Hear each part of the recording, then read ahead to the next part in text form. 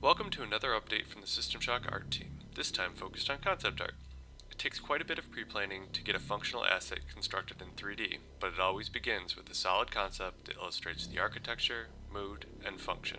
That's where our concept artists come in. On System Shock, we've put great effort into establishing a very defined art style with mountains of reference and an abundance of original artwork. This allows us the unique opportunity to give our artists the freedom to explore and come up with something original. I'll be turning over the rest of the update to Cody Williams and Robert Simon to chat a bit about the project and their approach and perspective. Hey everyone, my name is Robert Simon and I'm a freelance concept artist.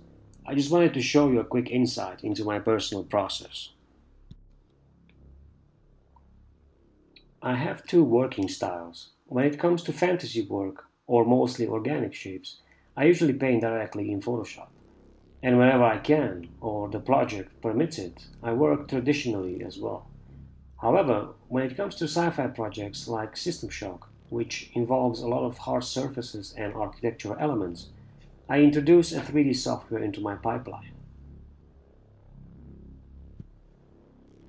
In this example, I wanted to show you that the 3D models that I make are fairly detailed, so that later in Photoshop I only add textures and don't change the geometry much, if at all.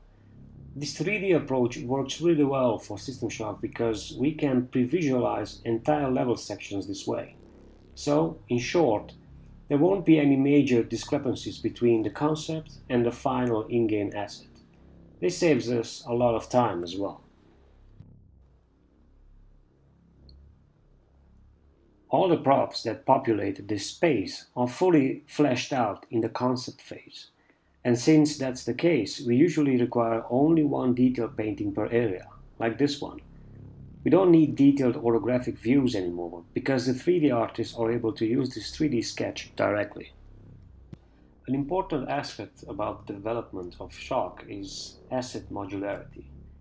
So that means creating modular pieces that can be reused in different ways and in different areas of the game with minimal, if any, intervention.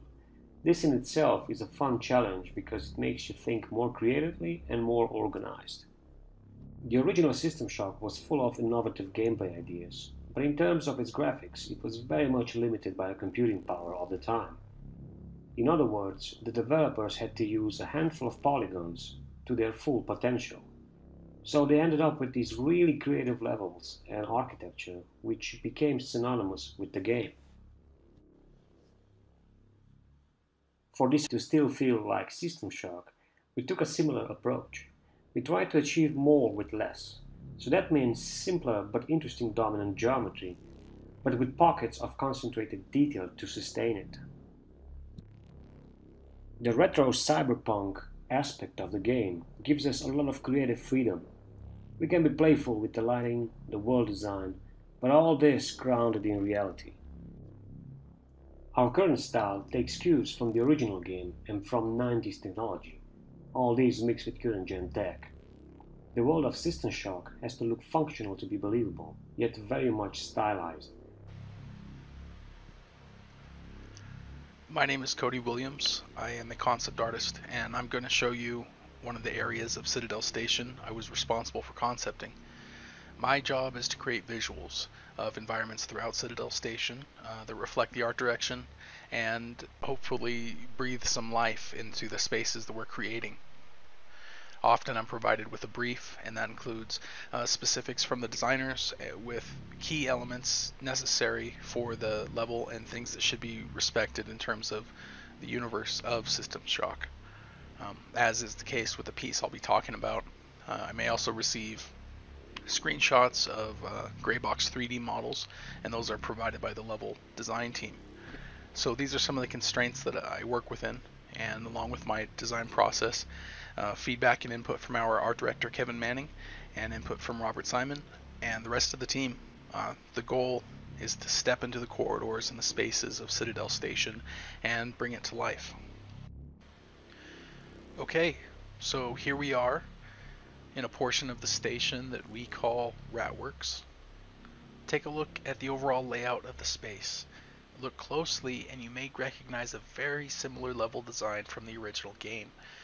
This is an area of Citadel Station full of pipes carrying all the necessary substances required to operate and maintain the station.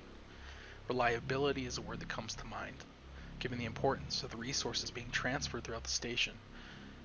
Everything is exposed. Tried and true technology is used here in the form of buttons and switches and gauges.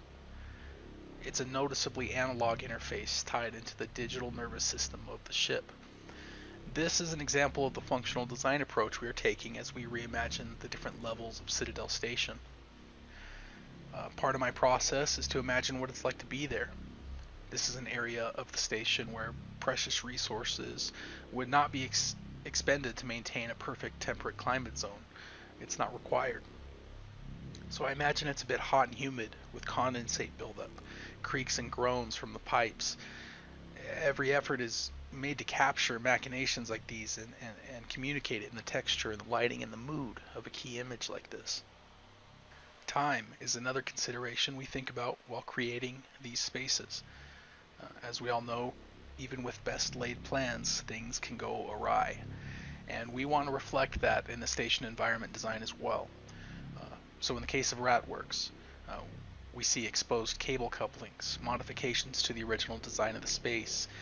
Maybe they were necessary, maybe they were improvements, or patches to the existing system.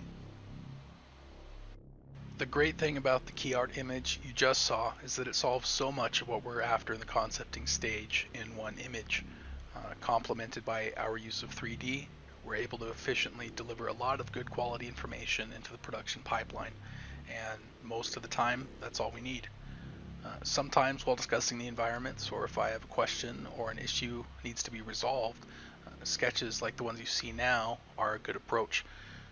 For example, the corner condition on the right side of the screen is an example where I was able to take the feedback I received from Kevin and Robert and in a kind of shorthand, by sketching over a simple 3D base, find the solution that we were looking for.